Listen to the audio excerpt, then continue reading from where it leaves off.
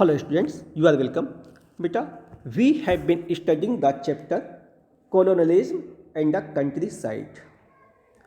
And until now, we have studied about the points an auction in Bardwan and about the point the problem of unpaid revenue. Beta, what it means? An auction in Bardwan? Beta, the Britishers imposed an annual revenue on the peasants that was called the permanent settlement. It means the annual taxation, जिसे हिंदी में कहते हैं बेटा इस्तमरारी बंदोबस्त. It was imposed first of all in Bengal in district Bardhaman, and it was decided that this amount would be deposited by the landowners who were the owner of 400 और more than 8 the villages. उन्होंने ये कहा कि ये काम जो है गांव के जमींदार करेंगे जो 400 या 400 से अधिक गांव के मालिक हुआ करते थे. And it was also decided that if they are failure to submit the permanent settlement before a fixed date, all the property of that land owner would be ऑक्शन्ड.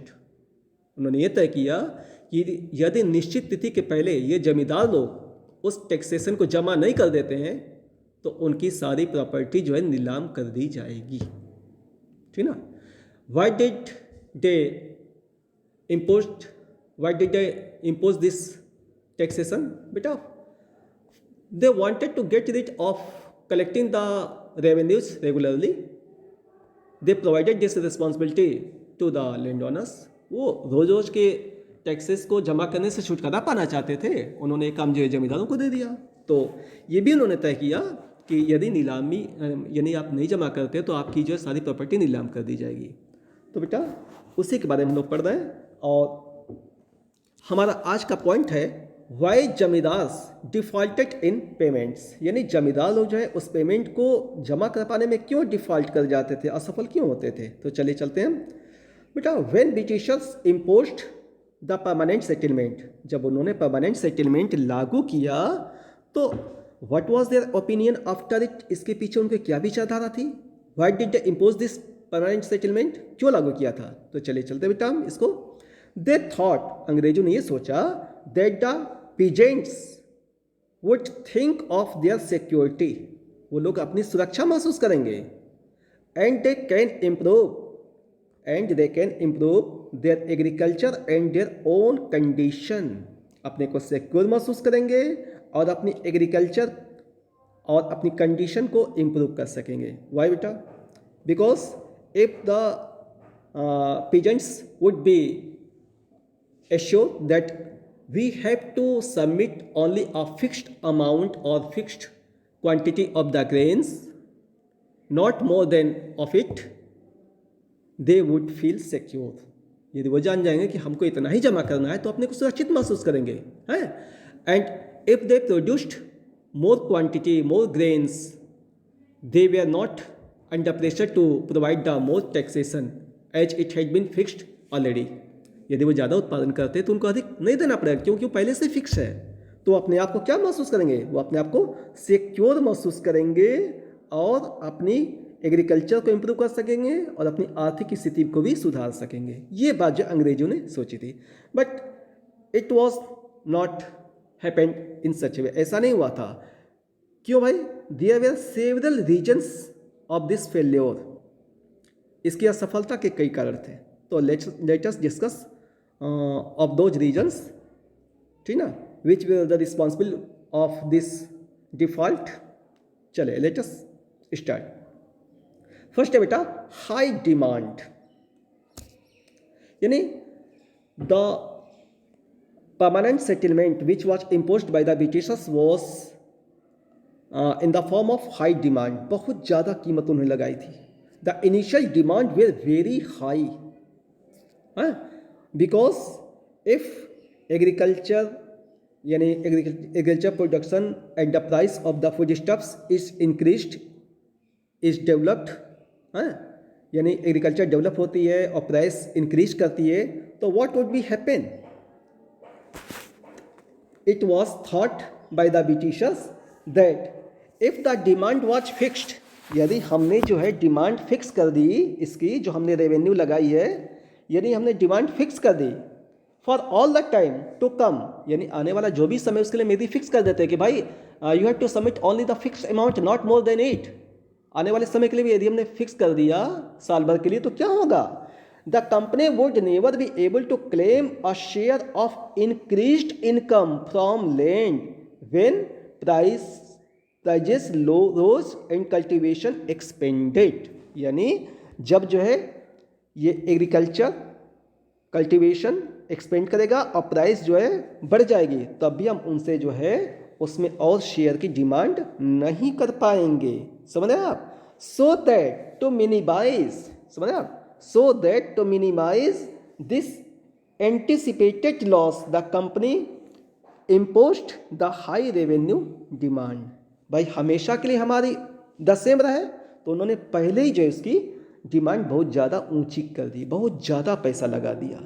एक तो ये कारण था, सबसे बड़ा कारण ये था कि आने वाले समय में यदि एग्रीकल्चर डेवलप होता है, प्राइसेस इंक्रीज होती हैं, उनको ज़्यादा मुनाफा होगा, तो भाई we have to submit the fixed amount because we have decided in the earlier, तो that would be a loss of our company, so that they imposed the high demand as the permanent settlement. ठीक है, चलिए अब चलते हैं second बेटा, low price of agriculture production. तो बेटा those peasants who cultivated those were called ryots, यानी बंगाल में रायट्स भी कहे जाते थे वो किसान जो खेती करते थे, ठीक है ना। तो low prices of agriculture produce made it difficult for the ryots to pay their dues to zamindars. भाई जो उनको अमाउंट जमा करना था, पैसा जमा करना था ना कि अनाज, तो अनाज की कीमत इतनी कम होती थी कि उस अमाउंट को जमींदारों को दे पाना इन पीजेंट्स के लिए बहुत मुश्किल होता था, क्योंकि because the price of their food stuffs was so less, इतनी कम थी, सो दे वर अनेबल, वो नहीं दे पाते थे भाई, ठीक ना। एंड इफ द जमींदार could not collect the rent, यदि वो उनसे किसानों से वो ले ही नहीं पाएगा, हाउ कुड ही पे द ईस्ट इंडिया कंपनी, तो ईस्ट इंडिया कंपनी को वो टैक्सेशन कैसे दे पाएगा। तो दूसरा कारण ये था, पहला कारण था हाई डिमांड, बहुत ज़्यादा उन्होंने कीमत लगा थी, और दूसरी बात जो किसानों की जो उनका प्रोडक्शन होता था उसकी कीमत बड़ी कम थी, तो वो हो नहीं पाता था। ठीक है, चले चलते हैं बेटा, थर्ड है बेटा आपका इनवेरिएबल रेवेन्यू, यानी जो असमान थी, मतलब the peasants were had to pay punctually and the land owners were also under pressure to had to pay punctually, यानी जो रेवेन्यू थी उसको उन्हें नियमित जमा करना था, वे बाध्य थे इसके लिए, समझे, वो इसके लिए एकदम बाध्य थे, चाहे वो either it was famine that year और due to flood all the agriculture was ruined, चाहे वहाँ पे अकाल पड़ा हो या बाढ़ से जो उनकी सारी फसल बर्बाद हो गई हो, उन्हें जो है उसको जमा ही करना था, समझे आप। और कब जमा करना था, बिफोर द सनसेट, यानी एक जो निश्चित जो डेट थी उसके पहले उनको जमा करना ही करना था, वे इसके लिए एकदम मजबूर थे। इसका मतलब ये बेटा कि if payment did not come in, इसका मतलब सनसेट का मतलब ये है if the payment did not come in by sunset of the specific date, specified date, यानी वो जो कलेक्शन है वो सनसेट यानी जो स्पेसिफाइड डेट है उसके पहले यदि जमा नहीं हो जाता है तो क्या होगा, द जमींदारी जमींदारी, ठीक ना, the zamindaris was liable to be auctioned, समझे आप, the zamindaris was liable to be auctioned, यदि किसान यदि वो जमींदार जमा नहीं कर पाता है तो उसकी जमींदारी को नीलाम के योग्य माना जाएगा, समझे आप। और नेक्स्ट चलते बेटा, परमानेंट सेटलमेंट जो इस्तेमारी बंदोबस्त है। This thing limited the power of zamindars. इस परमानेंट सेटलमेंट यानी इस्तेमारी बंदोबस्त ने जमींदारों की पावर को लिमिटेड कर दिया, उसको बंद कर दिया, उनकी पावर को रोक दिया, उन्हें जो एकदम कमज़ोर बना दिया। ठीक ना? कैसे? तो चलिए चलते हैं। इसका मतलब बेटा permanent settlement limited the power of zamindars यानी it control the authority of the zamindars. In which ways let us discuss. तो फर्स्ट है बेटा इट डिस्पेंड द ट्रूप्स यानी कि the EIC company the Britishers officers forbid the zamindars to keep their own troops. उन्होंने कहा कि अब अपने साथ आप सशस्त्र सिपाहियों को नहीं रख सकते हो, हैं? And they abolished their customs यानी कि whatever the rent they got by the traders it was abolished. जो कुछ भी व्यापार से उनको टैक्सेशन मिलता था उस पर उन्होंने प्रतिबंध लगा दिया। ठीक ना? और दे अपॉइंटेड द कलेक्टर्स मतलब द जमींदार्स used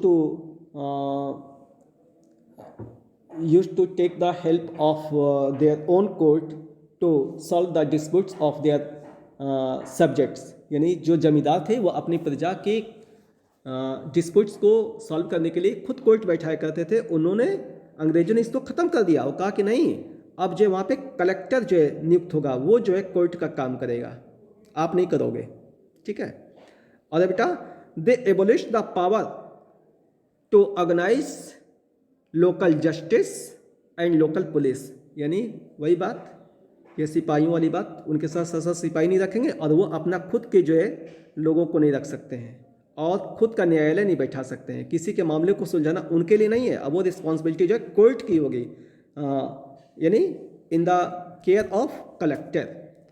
और क्या बेटा, मतलब all this were done only to destroy the district, यानी जमींदारी को पूरी तरह से बर्बाद करने के लिए उन्होंने ऐसा किया था। ठीक है ना?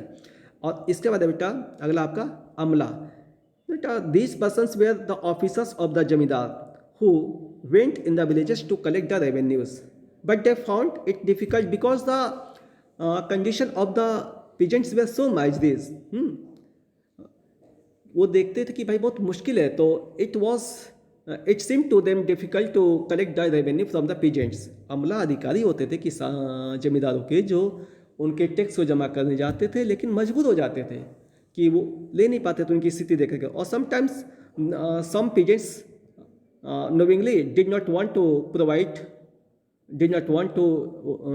submit the taxation knowingly, और कुछ किसान तो जानबूझ करके नहीं देना चाहते थे। तो ये सब जो है कारण थे। और एक और थे बेटा जोतेदार एंड मंडल्स। तो बेटा हु वेयर जोतेदास? बेटा jotedars were also a type of farmers. Those were rich ryots, यानी धनी किसान होते थे। कौन? जोतेदार कहलाते थे। And they lived in the villages and they also consider themselves just like the landowners। वो अपने आप को जमींदारों की तरह मानते थे, उनसे कम नहीं मानते थे। ठीक है ना? and who were the mandals? बेटा the village headmen were called the mandals। तो ये जोतदार और मंडल कौन होते थे बेटा? they were the people who also did not want to submit the taxation to the zamindars, and they also convinced the peasants that they should not submit the tax। वो खुद भी नहीं देते थे और किसानों को नहीं देने के लिए प्रेरित भी करते थे। क्यों? इसका क्या कारण था बेटा? तो देखिए they were only too happy to see the zamindars in trouble। वो जो है जमींदारों को कष्ट में देख के बहुत खुश भी होते थे। क्यों भैया? what was the reason after it? बेटा there was a reason that they thought if the zamindars were unsucceeded to submit the property then what would be happen? क्या होगा? their estate would be auctioned and in that auction this they may got the opportunity to purchase their state, यानी यदि उनकी नीलामी होगी तो इनको मौका मिल जाएगा उनके स्टेट को खरीदने का। इसलिए खुश होते थे कि हाँ न जमा हो, ये न जमा कर पाए, ये डिफॉल्टर हो जाए और इनके स्टेट को नीलाम कर दिया जाए ताकि हमें मौका मिले और उनके स्टेट को, उनकी प्रॉपर्टी को हम खरीद सकें। तो ये होते थे बेटा जोतेदार, ठीक ना। और ऐसी बात तो नहीं है कि जमींदार जब जाते थे जमा करने के लिए और जो किसान न दे तो उनको जो है वो कुछ उनके खिलाफ एक्शन ले, नहीं बेटा ऐसा नहीं होता था। They also punished in the process of judicial, ठीक ना, जुडिशियल प्रोसेस थी। यदि कोई किसान नहीं देता था तो उसके खिलाफ जमींदार एक्शन लेते थे। But it was too long, it took so long time. It was seen that during the 1798 in Burdwan district, there were more than 30,000 suits, यानी claims were in pending, यानी 30,000 से अधिक ऐसे केस थे जो किसानों के ऊपर लगे थे कि उन्होंने समय से जो है टैक्सेशन नहीं दिया है। ये काम ये कर सकते थे लेकिन in legal process, in judicial process, वो सीधे उनको प्रताड़ित नहीं कर सकते थे, उनकी नीलामी नहीं कर सकते थे, उनका खेत नहीं छीन सकते थे। Instead of it they had to take the support of court which was prevalent by the petitioners. समझ रहे आप, उनको जो है इस कलेक्टर के यहाँ जाना पड़ता था। जमींदार कुछ एक्शन नहीं ले सकते थे, वो कलेक्टर के यहाँ जाएंगे, वहाँ पे जो है अपनी अपील दायर करेंगे कि हाँ भाई ये किसान हमको नहीं दे रहा है। तो इस तरह के मामले 1798 तक 30,000 से अधिक किसानों पे चल रहे थे। तो बेटा आज के लिए बस इतना ही, इसके आगे नेक्स्ट है, ठीक है। That's all, thank you.